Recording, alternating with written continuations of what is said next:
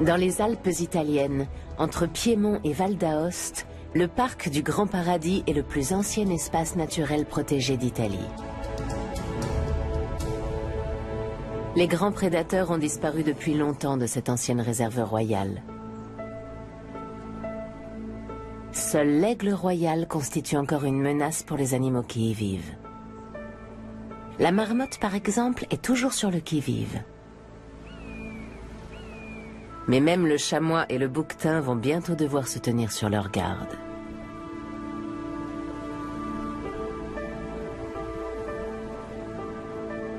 Car le loup est en train de reconquérir les Alpes.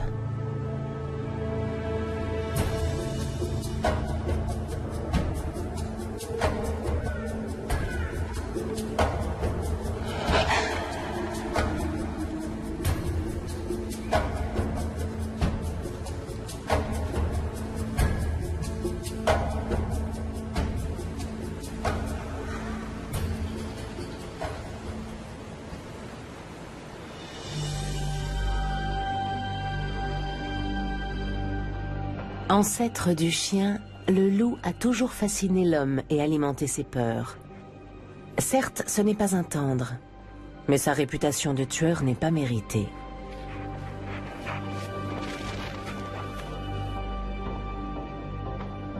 Diabolisé par l'Église et par la culture populaire au Moyen-Âge, le grand méchant loup est traqué dans toute l'Europe et exterminé sans pitié.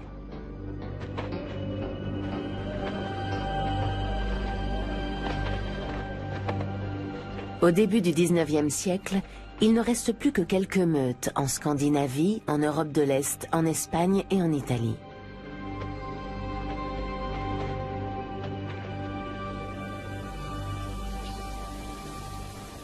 Aujourd'hui, les loups sont revenus dans les grandes forêts sauvages de la chaîne des Apennins, en Toscane.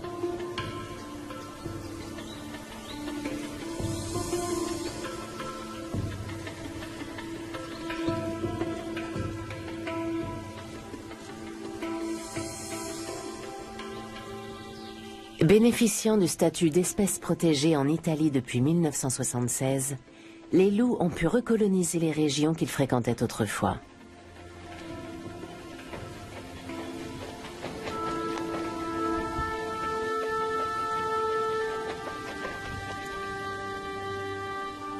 Les loups vivent en meute selon une hiérarchie très stricte. Le couple dominant est le seul à se reproduire. Les autres individus ont le choix entre se soumettre ou partir.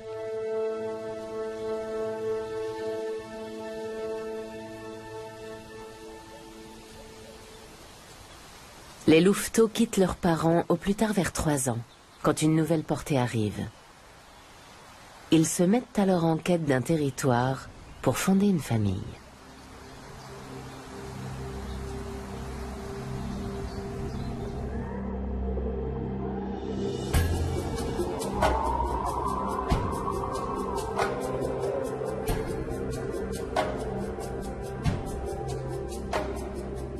Certains vont ainsi parcourir des centaines de kilomètres à travers les montagnes.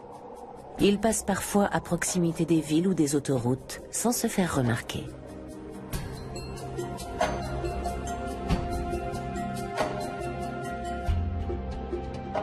On trouve leurs traces dans toute l'Italie. Récemment, un mâle et une femelle sont apparus dans l'extrême nord du pays, au cœur du parc national du Grand Paradis, dans le Val d'Aoste.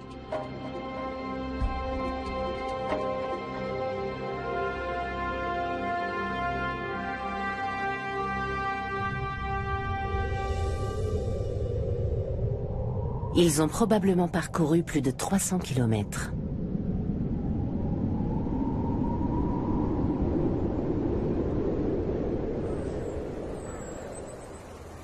Les hauts sommets qui surplombent le Val d'Aoste ne les ont pas effrayés.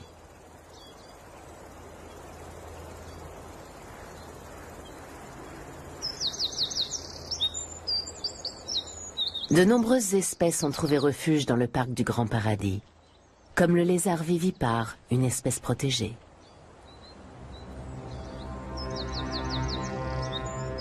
C'est aussi le territoire de l'aigle royal. 21 couples d'aigles nichent dans le parc. On les voit régulièrement tournoyer dans le ciel à la recherche d'une proie.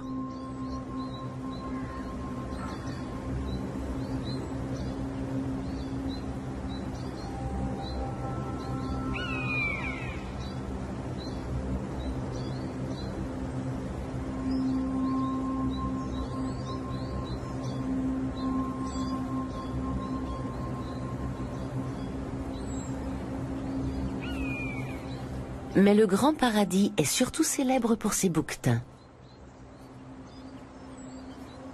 Le biologiste Stefano Grignolio les étudie depuis 2003. Ciao.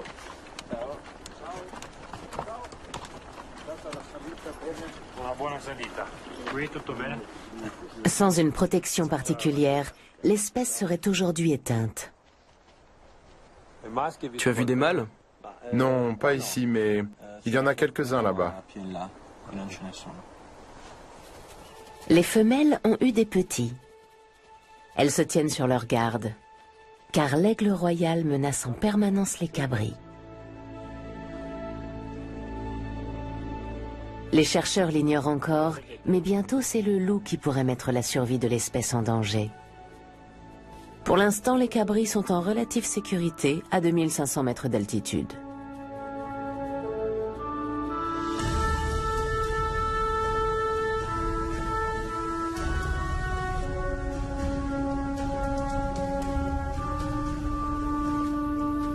Grâce à l'interdiction de la chasse, les bouquetins ont colonisé toute la vallée.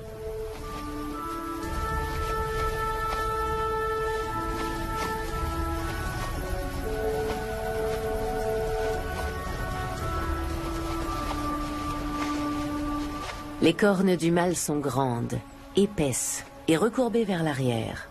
Elles peuvent atteindre 1 mètre de long. Le Val Savarenche est l'une des vallées protégées du parc. Le sommet du Grand Paradis, qui culmine à 4061 mètres, y attire beaucoup de touristes. Cela ne semble guère gêner les bouquetins. L'homme a pourtant longtemps été leur pire ennemi.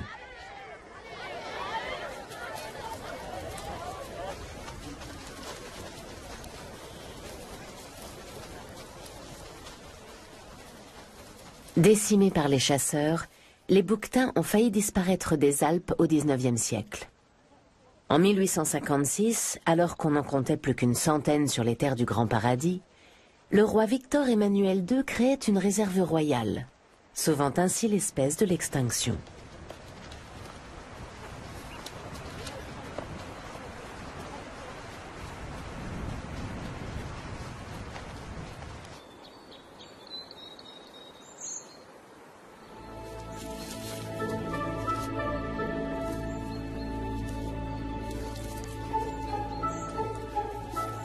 En 1922, la réserve est devenue un parc national où toutes les espèces sont protégées.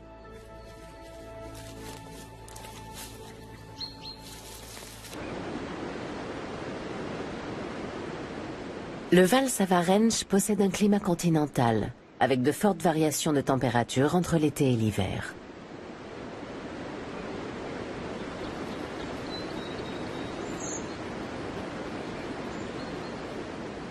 À la belle saison, les chamois descendent à faible altitude pour brouter l'herbe tendre.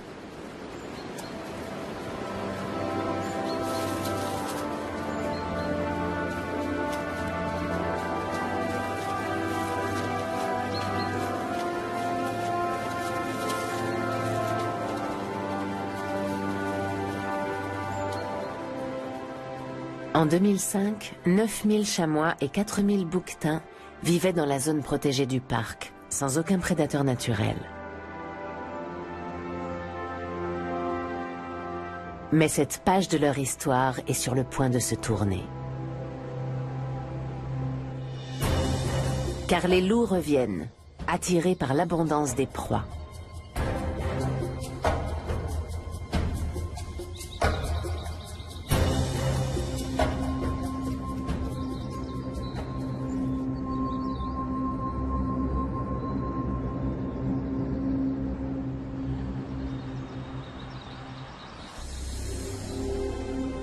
Les gardes-chasse et les biologistes ne les ont pas encore repérés.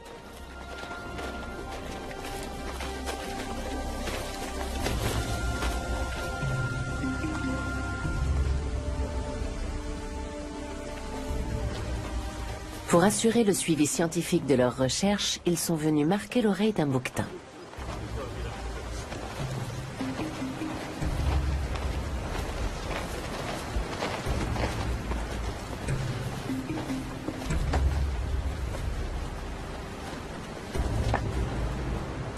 Luigino Giocole dirige les gardes-chasse. À l'aide d'un fusil chargé de flèches hypodermiques, il endort les animaux. Si l'anesthésie est bien envoyée, elle agit en moyenne au bout de 10 minutes.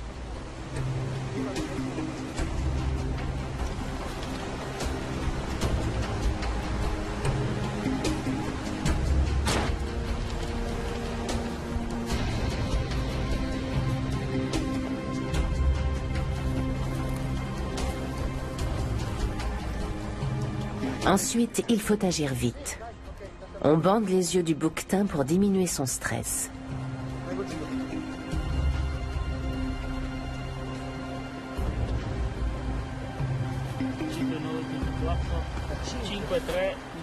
Puis on compte les stries de croissance de ses cornes pour calculer son âge. Ce mâle a 11 ans. Il est dans la force de l'âge.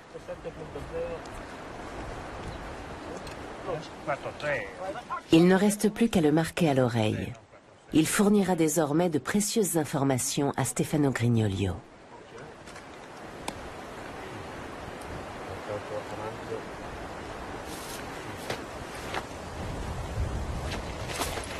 Le réveil de l'animal reste un moment délicat, même pour ces hommes expérimentés.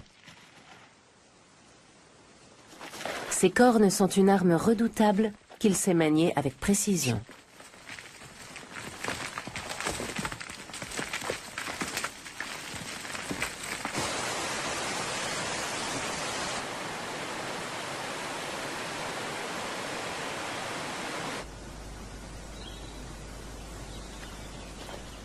Plus bas dans le Val Savarenche, un garde-chasse entame sa tournée d'inspection. Il a une double mission. Vérifier qu'il n'y a pas d'animal blessé ou présentant un comportement anormal, et veiller au bon respect du règlement par les touristes.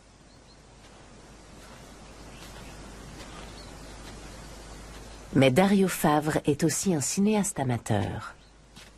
Il traque les bouquetins qui se tiennent à l'écart pour ruminer et les filme de loin sans les déranger.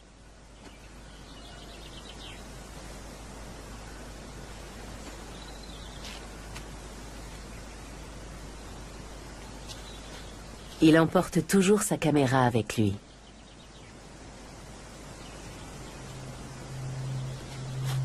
C'est ainsi que par une journée de printemps, ce n'est pas un bouquetin qui crève son écran, mais 2 loups en train de dévaler la montagne.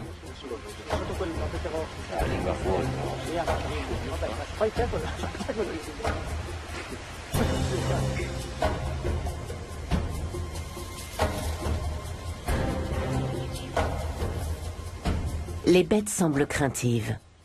Malgré la distance qui les sépare du garde-chasse, elles ne cessent de le surveiller du coin de l'œil. Les traces qu'elles laissent derrière elles vont permettre de déterminer leur origine. L'analyse génétique des poils et des excréments révèle que ces loups proviennent de 2 meutes différentes du sud du Piémont. Mais l'hiver arrive. Les loups vont-ils migrer vers des cieux plus cléments?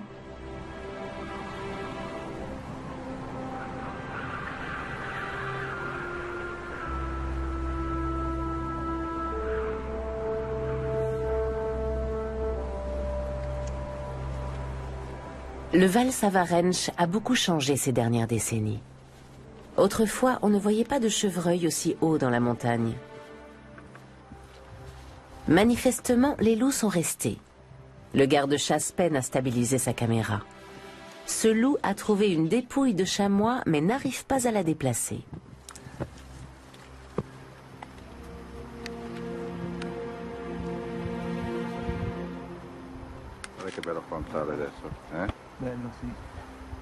Les gardes-chasse sont inquiets. Les loups sont-ils une menace pour les bouquetins et les autres espèces protégées du parc?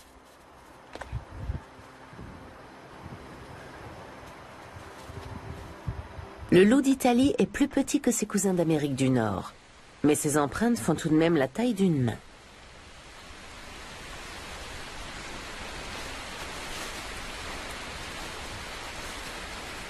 Les gardes-chasse en voient de plus en plus souvent. Le loup et la louve ont l'air de s'installer.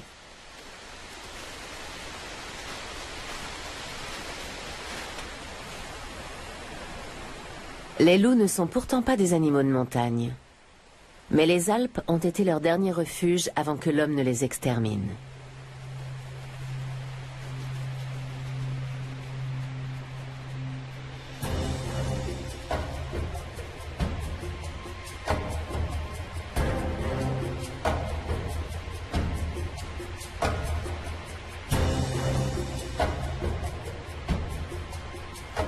Officiellement, le dernier loup du Val Savarenche a été abattu en 1862.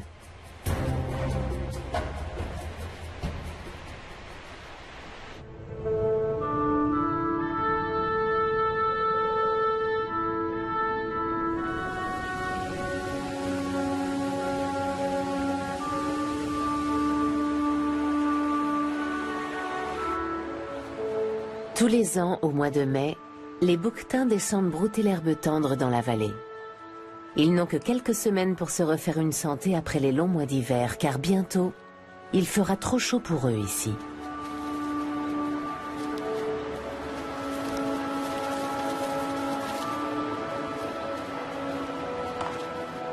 Les mâles prennent tout de même le temps de tester leur force en vue de la saison du rut.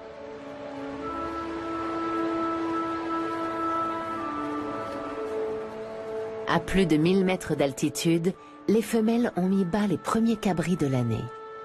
Les petits n'ont que 2 ou 3 jours, mais ils font déjà leur premier saut.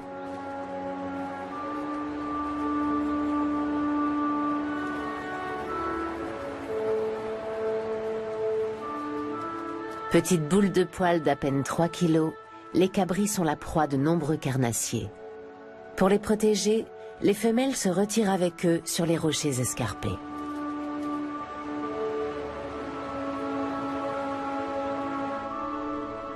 Là-haut, elles sont à l'abri des loups. Elles se comportent comme si les grands carnassiers n'avaient jamais disparu des Alpes.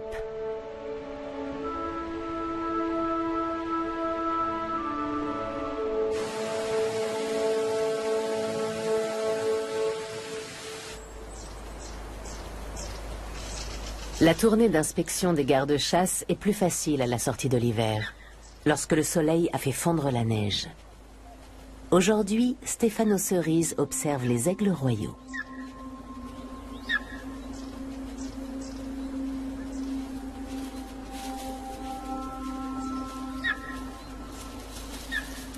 C'est l'époque de la ponte.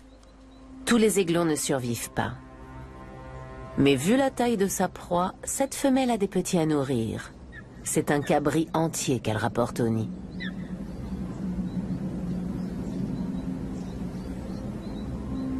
Il pèse presque autant qu'elle. Elle a d'ailleurs du mal à manœuvrer.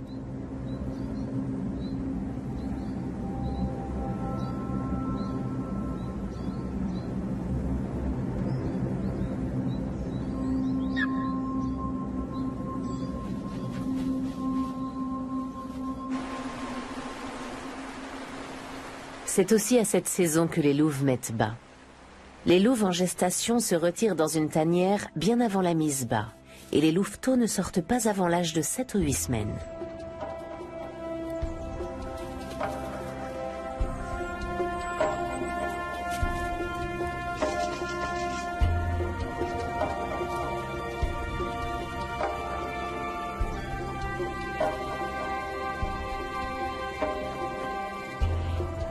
Lorsqu'ils s'aventurent à l'extérieur de la tanière, un adulte est toujours là pour les protéger.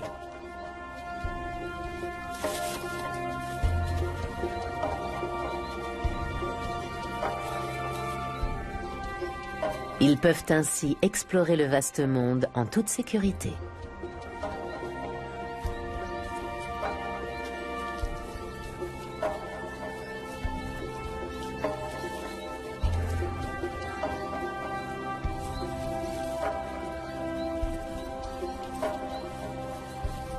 Pour se nourrir, ils lèchent la gueule des adultes, ce qui déclenche chez ces derniers un réflexe de régurgitation des aliments.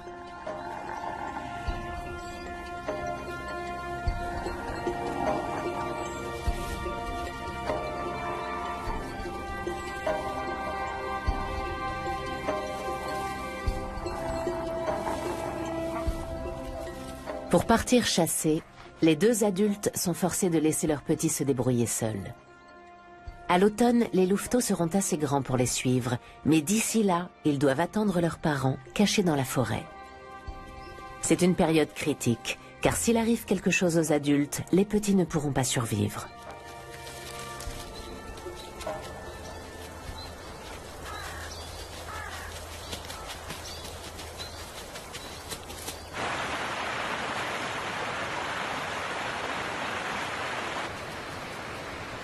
Les parents doivent trouver suffisamment de proies pour nourrir toute leur petite famille. Comme l'homme, le loup utilise tous ses sens pour s'orienter. Mais son odorat est 1000 fois plus développé que le nôtre. Il peut repérer une proie à 3 km à la ronde.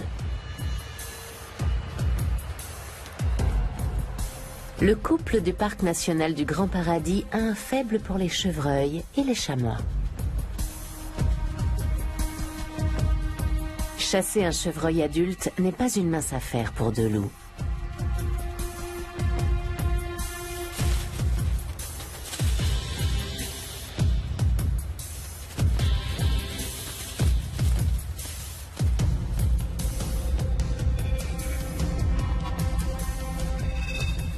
Mais ils compensent par leur endurance.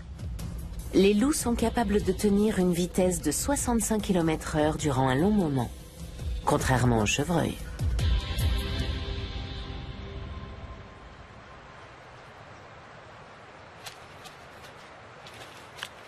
Les restes de leur repas font le régal des autres carnassiers. Mais la plus grande partie finit dans la gueule des louveteaux.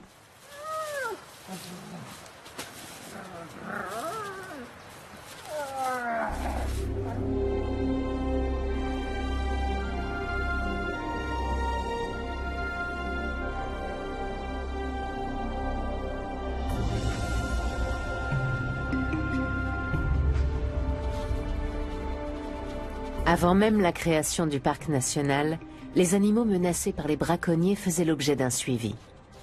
Régulièrement, les gardes-chasse de la réserve de Victor-Emmanuel II recensaient les populations de chamois et de bouquetins, comme les gardes-chasse d'aujourd'hui.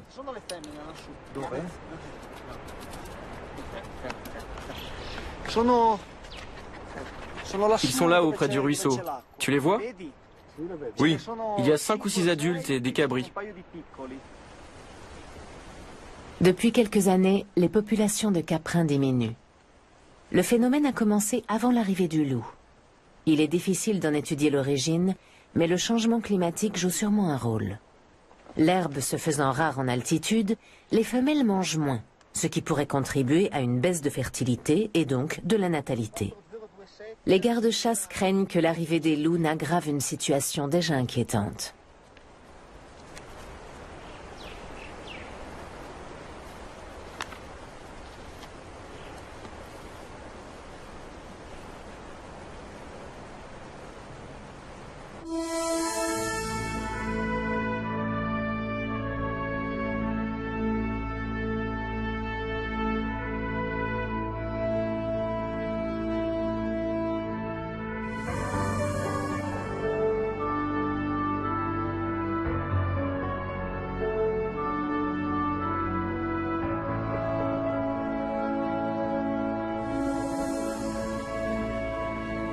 Au printemps 2008, les habitants du Val Savarenche ont dû s'habituer à la présence des loups dans la vallée. Ariane Gianni a toujours vécu ici. Elle monte tous les jours, sauf s'il y a de la neige.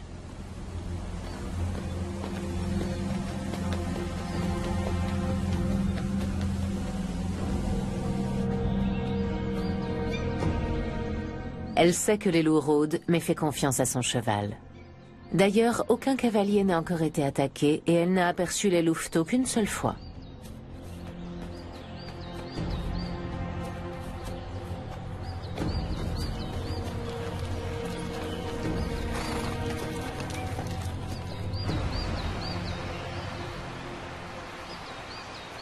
Ils sont déjà grands et semblent habitués à l'homme. Ils sont en tout cas moins craintifs que leurs parents.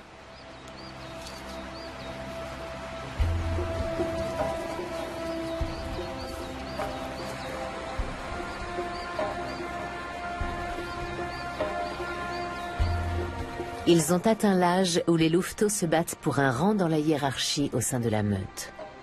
Les parents ne s'immiscent pas dans la querelle, aussi violente soit-elle.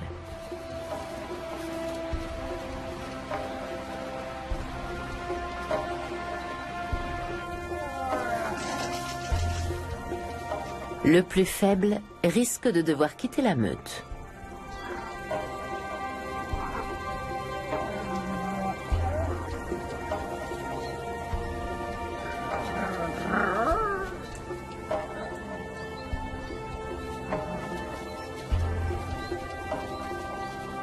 À moins qu'ils ne partent tous les trois fonder leur propre famille, comme l'ont fait leurs parents. Mais ils auront du mal à trouver une compagne dans les Alpes, car très peu de leurs congénères sont parvenus jusqu'ici.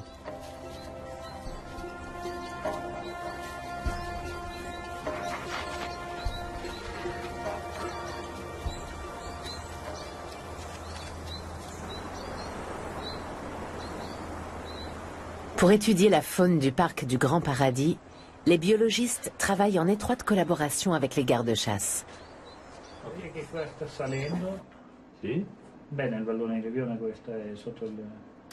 L'un des gardes-chasse a filmé une scène déroutante à près de 3000 mètres d'altitude. Luigino Giocole la montre à Stefano Grignolio.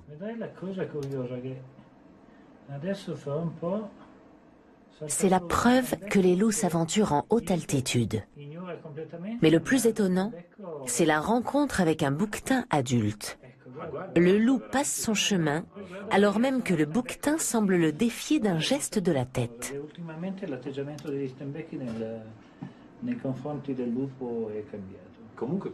Le biologiste est perplexe. Comment expliquer que le bouquetin n'ait pas peur du loup? Pense-t-il pouvoir l'emporter ou est-il inconscient du danger?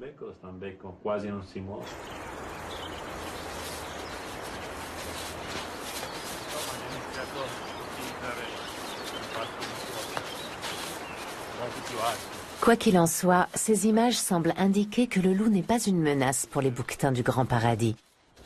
Les biologistes ne sont plus inquiets, d'autant que les caprins ont recolonisé d'autres vallées.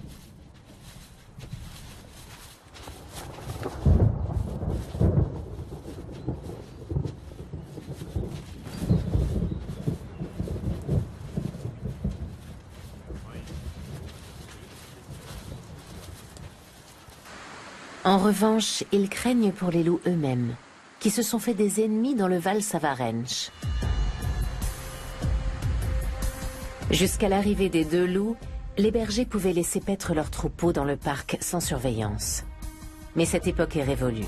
Des moutons laissés seuls, dehors, sans chien de berger, sont comme une invitation pour les loups.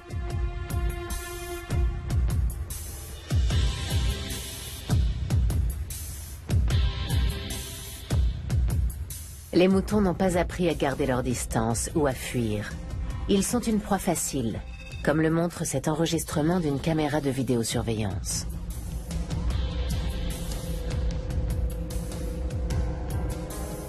Les loups arrivent souvent à tuer plusieurs bêtes dans la même nuit.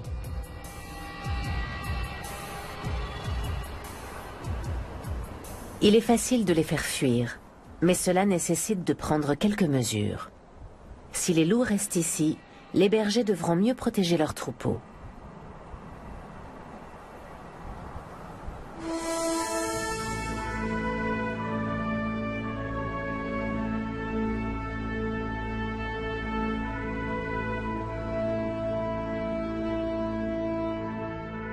Depuis l'arrivée des loups, la biologiste Francesca Brivio observe davantage les bouquetins.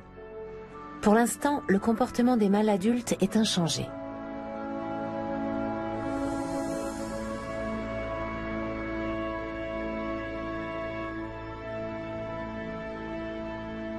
Mais une autre menace pèse sur la faune du Val Savarenche.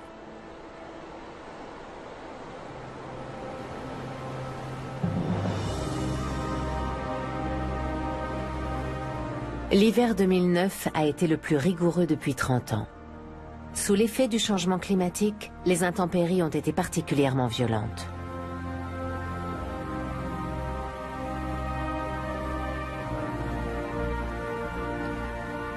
Au mois de décembre, il est tombé 2 fois plus de neige en altitude que les années précédentes. Chez les bouquetins, la plupart des mâles ne sont pas parvenus à rejoindre les aires de reproduction. Même les agiles chamois ont eu du mal à atteindre leur zone d'hivernage habituelle.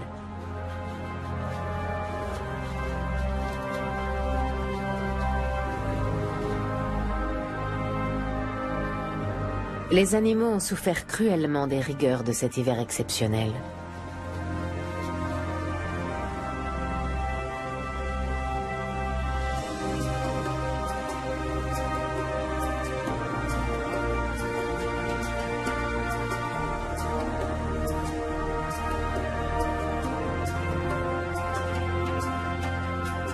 Les loups sont capables de s'adapter aux conditions de vie les plus rudes.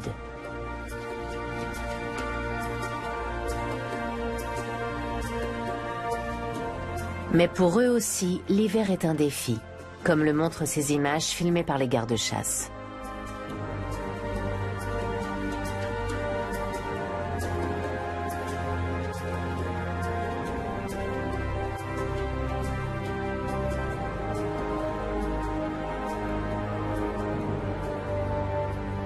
Le froid, la neige et le risque d'avalanche empêchent les biologistes et les gardes-chasse de suivre de près les animaux du parc. Ils doivent attendre le printemps pour savoir qui a survécu.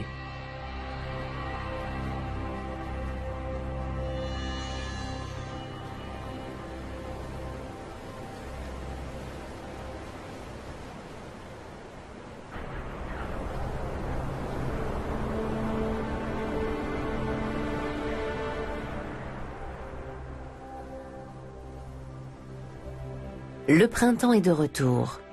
Mais même pour les animaux qui ont hiberné, le début de saison est difficile.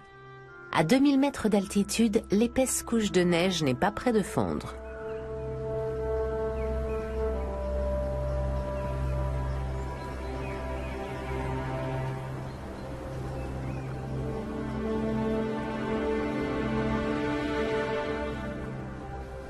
Les marmottes sortent de l'hibernation. Après 6 mois sans se nourrir, elles ont perdu un tiers de leur poids.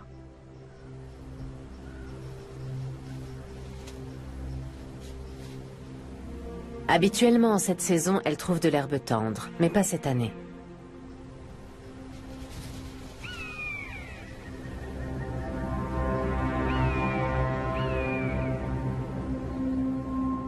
Les rapaces comme le gypaète barbu se réjouissent du malheur des autres. Lorsque la neige fond enfin, les carcasses d'animaux affleurent un peu partout.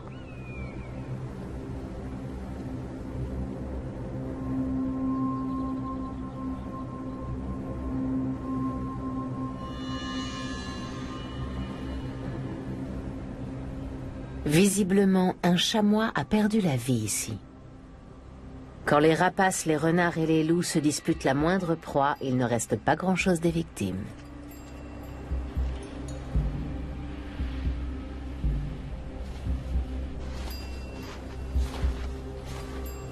Le docteur Bassano est le vétérinaire du parc du Grand Paradis. Il examine les dépouilles des animaux.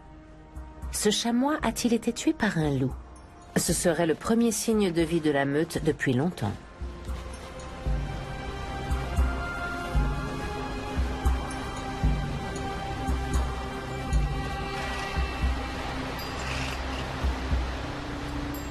Mais non, l'animal est mort de vieillesse. Un renard s'est jeté sur sa dépouille.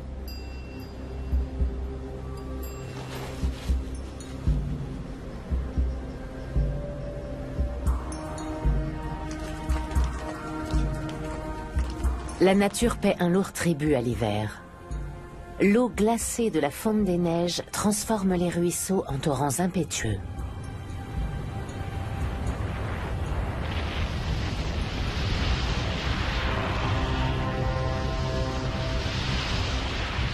Sur les parois abruptes, elles se mêlent à la neige et déclenchent des avalanches dévastatrices. Et personne n'est à l'abri. Ce type d'avalanche peut se produire partout avec des conséquences mortelles.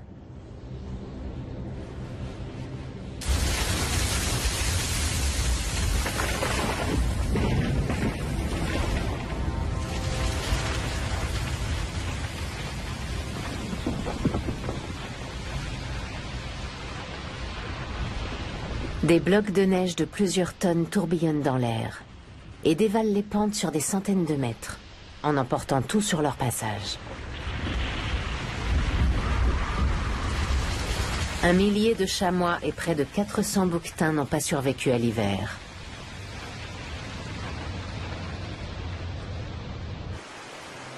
Ici, un mâle dans la force de l'âge a connu une triste fin.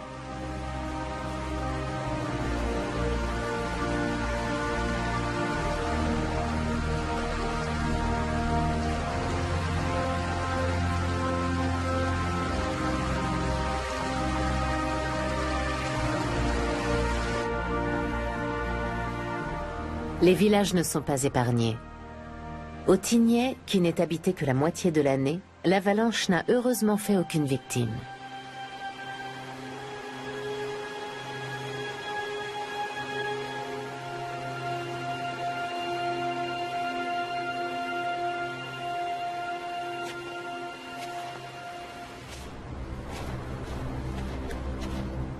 Dès que la neige a disparu, biologistes et gardes-chasse se mettent en quête des bouquetins qu'ils ont marqués.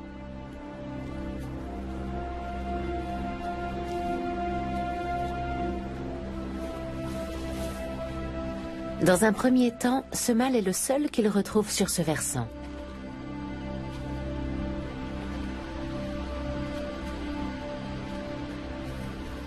L'été précédent, Francesca Brivio avait pourtant observé tout un groupe ici.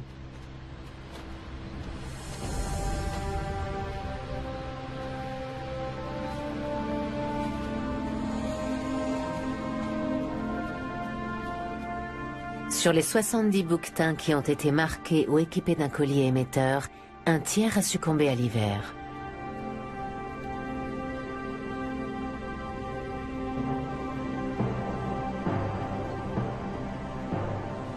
En comparaison, le nombre de bouquetins victimes des loups est insignifiant.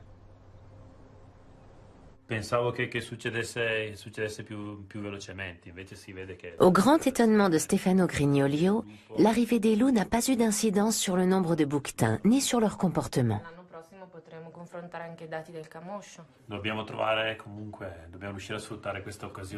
Les biologistes vont maintenant étudier les effets sur les chamois et les autres espèces du parc. E man mano continuare a raccogliere informazioni in modo tale da riuscire a capire se e come cambia il comportamento.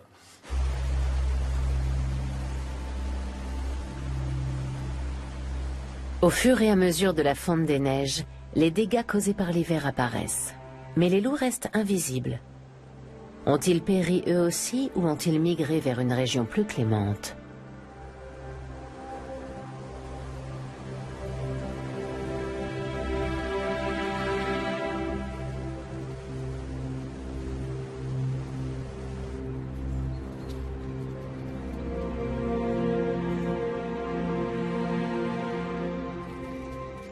La nature reprend ses droits. L'été s'installe et ils sont de plus en plus chauds dans le Val Savarenche. Les marmottes ne suent pas. Elles doivent trouver un autre moyen pour abaisser leur température.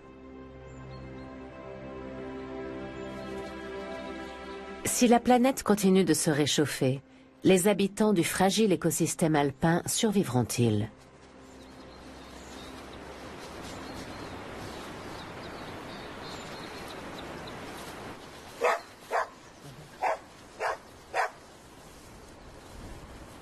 Stefano Cerise tient enfin la piste des loups.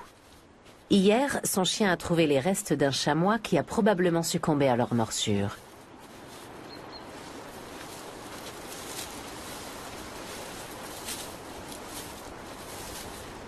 La dépouille ne révélera plus rien, mais le garde-chasse avait posé un piège photo.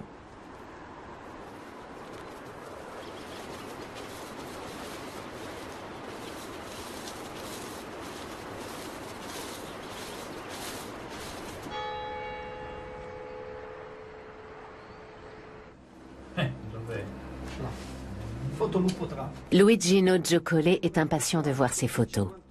Les premiers clichés sont décevants. Apparemment, l'appareil s'est déclenché sans raison. Mais l'une des photos montre un loup adulte et sa proie. Però guarda bene le orecchie. Sì, le orecchie sono girate indietro per... Sembra che abbia... Il est impossible de dire s'il s'agit d'un mâle ou d'une femelle. L'animal semble avoir entendu le déclencheur, car à la seconde photo, il déguerpit.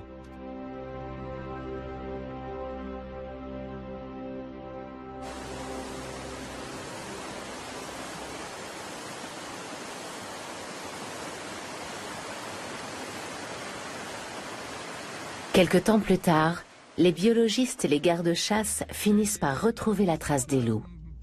Le couple Alpha et l'un des jeunes sont restés dans le Val Savarenche. Mais les deux autres sont partis pour la vallée voisine. Ne ha fatti più di Carlo in Francia, però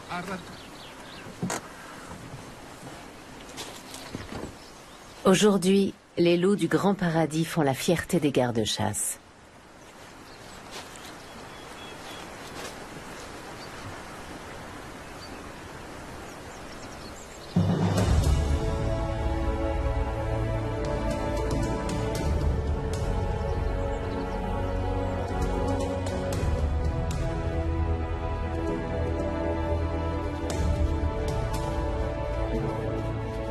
Dario Favre espère que le loup pourra recoloniser les Alpes, comme les bouquetins l'ont fait au siècle dernier.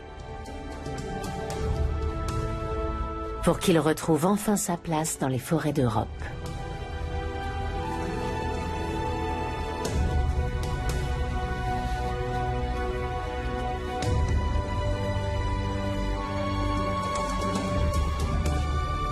Lundi, nous aurons quitté ces pentes enneigées pour entamer une nouvelle série, Construire le futur. Épisode 1, le soleil sur Terre.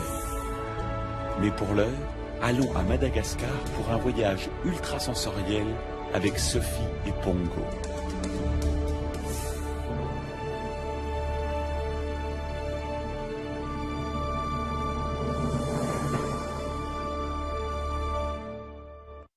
Fuck you. Fuck the